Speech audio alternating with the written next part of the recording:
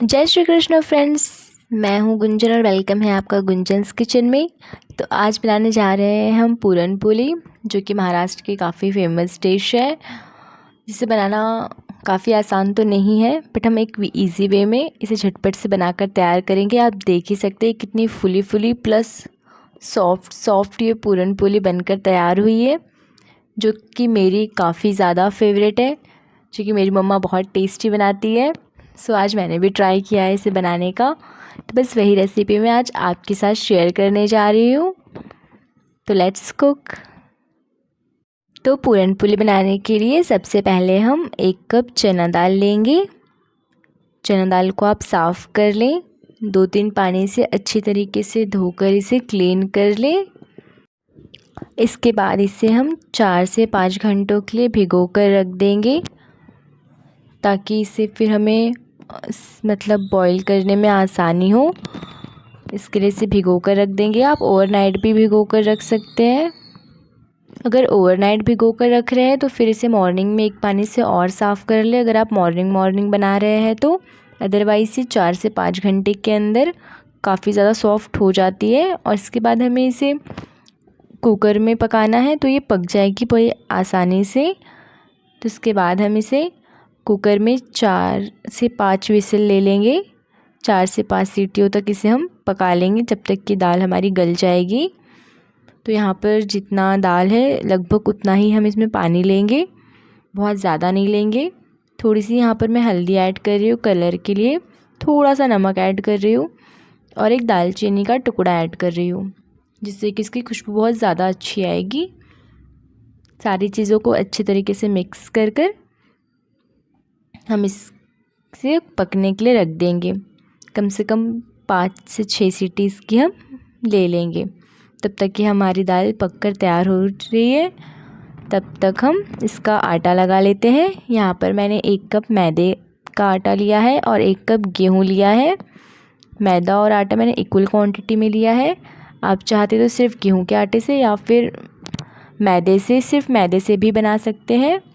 यहाँ पर मैं थोड़ा सा नमक, 1 चम्मच घी ऐड कर रही हूँ। सारी चीज़ों को हम अच्छे से मिक्स कर लेंगे। इसके बाद यहाँ पर मैं थोड़ी सी हल्दी ऐड कर रही हूँ, जो कि कलर के लिए। इसे भी हम अच्छे से मिक्स कर लेंगे और फिर थोड़ा थोड़ा पानी की सहायता से इसका एक सॉफ्ट सा डो लगाकर तैयार कर लेंगे। बिल्कुल इस तरीके से इसे हम अच्छे से मैश कर कर, अच्छे से मसल कर इसे हम साइड में रख लेंगे, तब तक कि हमारी ये दाल भी पककर तैयार है। तो जो इसमें मैंने दालचीनी का टुकड़ा डाला था, मैं इसे सेपरेट कर ले रही हूँ। देख ही सकते हैं आप, ये दाल हाथों से मैश हो जा रही है, कितनी अच्छी तरीके से कुक हो चुकी है। तो अब जो एक्स्ट्रा पानी है इसके अंदर, इसे हम सेपरेट कर लेंगे, जिसकी हमें नीड नहीं है, तो इसे हम हटा देंगे। और बची हुई दाल को हम एक मैशर की हेल्प से इसे मैश कर लेंगे, जो कि बहुत ईजीली मैश हो जाएगी और बहुत ही फास्ट। इसी तरीके से हम इसे मैश कर लेंगे। इसके बाद हम यहाँ पर लेंगे एक हैवी बॉटम का पैन, जिसमें मैं 2 से 3 चम्मच घी ऐड कर रही हूँ। इसके बाद जो हमने दाल को मैश करके रखा था, वो सारी की सारी दाल हम यहाँ पर जो उसका पेस्ट है वो इसमें ऐड कर लेंगे। इसे हमें भूनना है, तो हम इसे मीडियम फ्लेम पे अच्छी तरीके से भून लेंगे। घी कम लग रहा है, आप एक्स्ट्रा और ऐड कर सकते हैं इसमें। प्लस यहाँ पर मैं चीनी ऐड कर रही हूँ, आप गुड़ भी ऐड कर सकते हैं या चीनी और गुड़ बोथ साथ में भी ऐड कर सकते हैं। 1 कप दाल है तो 1 कप चीनी ऐड करें, तो इसका टेस्ट बैलेंस रहेगा, मतलब मीठी भी प्रॉपर हो जाएगी। अगर आप ज़्यादा मीठा खाते तो ज़्यादा, कम खाते तो कम, अपने टेस्ट के अकॉर्डिंग इसमें चीनी ऐड कर सकते हैं। जब शुगर मेल्ट हो जाए, इसे इस तरीके से कंटिन्यूसली हमें मिक्स करते रहना है, जब तक कि ये पक ना जाए और जो इसमें एक्स्ट्रा वाटर है वो सारा जल ना जाए। चीनी डालने से थोड़ा सा और लिक्विड फॉर्म में आ जाएगी, बट इसे हमें अच्छे से भून लेना है और इस तरीके से इसका बैटर तैयार कर लेना है। मैंने थोड़ा ज़्यादा कुक कर लिया, आप थोड़ा कम भी इसे कुक कर सकते हैं। अब देख सकते हैं हमारा आटे का भी रेस्ट हो चुका है। इसे हम अच्छे से मिक्स करके इसका एक पेड़ा कट कर लेंगे। अब जितना हमने आटे की लोई ली है, उसमें उतना ही हम चने का जो बैटर है वो ऐड करेंगे, या तो उतना या फिर उससे ज़्यादा। मैं तो डबल ऐड करती हूँ। आप जितना उसमें ऐड कर सके आप उतना ही ऐड करें, ताकि वो पूरी फटे ना। हमारी जो पूरन पोली है, इसे फिर अच्छे से हम कवर कर कर हल्के हाथों से इसे बेल लेंगे इस तरीके से। पहले मैं इसे हाथों से थोड़ा सा ये करके, इसके बाद मैं बेलन से इसे बेल ले रही हूँ। ये काफ़ी इजीली बन जा रही है। थोड़ी सी हम इसे थिक रखेंगे। मैं बहुत ज़्यादा मोटी इसे नहीं बनाती हूँ, मुझे थोड़ी पतली पसंद है। आप अपने टेस्ट के अकॉर्डिंग इसे बनाएं।